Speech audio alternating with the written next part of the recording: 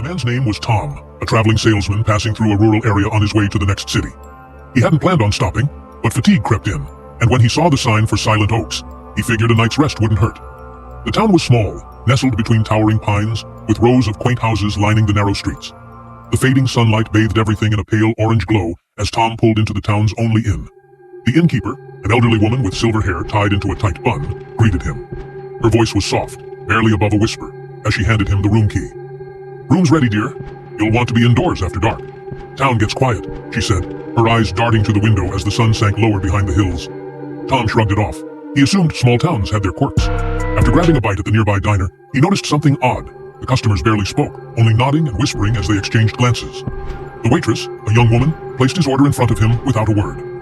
"Friendly place," he muttered under his breath, but no one reacted. As he left the diner, the last sliver of the sun disappeared, and a thick, heavy silence fell over the town. The streets were empty.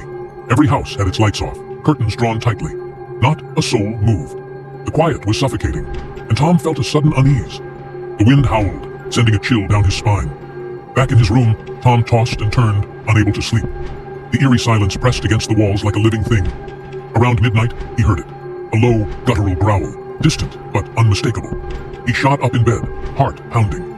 He listened intently, but there was nothing else. Just a dog. Right?